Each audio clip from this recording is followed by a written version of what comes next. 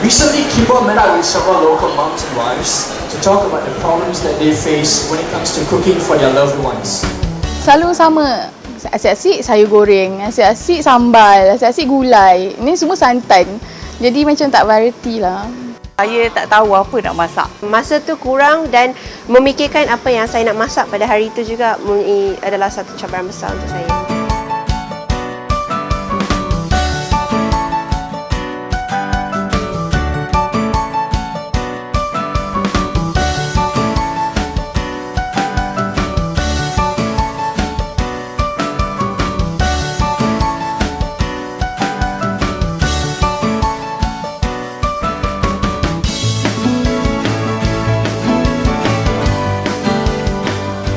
Good afternoon, everyone.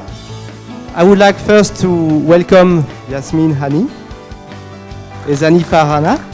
Thanks for being with us. For Dr. Izani, she's going to be using the Kimball Asian pasta sauce from the bottle. For Yasmin, she's going to be cooking it for you from scratch, so the conventional way.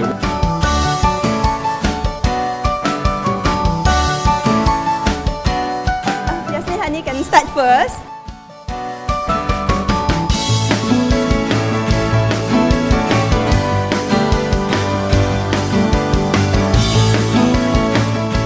Yasmin, do you need a hand from the audience? Yes, please. Okay. I lapar already. I'm waiting for her. Okay, understand. Let's go. And Alright, start the let's timer. go.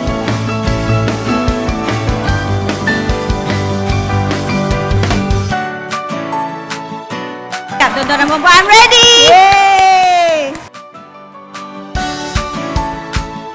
So ladies and gentlemen, you can see how much quicker, how much easier, how much more innovative it is to create your own Asian style pasta dish with Kimball's Asian pasta sauce.